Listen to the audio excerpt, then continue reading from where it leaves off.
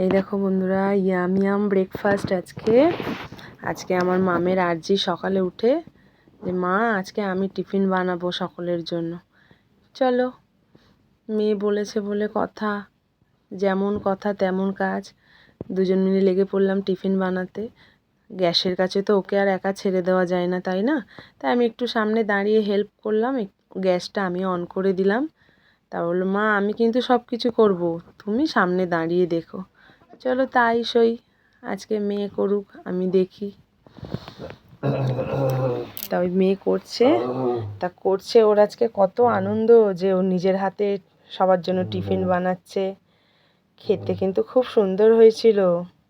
তোর সন্তান রান্না করলে তো খেতে সেটা সত্যি সুন্দর হবে। ছোট্ট বাচ্চা যেমনই করেছে খুব সুন্দর লাগছিল খেতে। আমার কাছে তো ভীষণ টেস্টি ওটা একটা খাবার।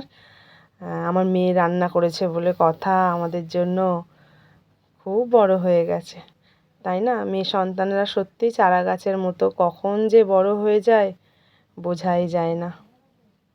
রান্না করে আবার গ্যাস নেভাচ্ছে, দেখেছো কেমন হয়েছে? তোমরা বলো দেখতে কেমন লাগছে জিনিসটা।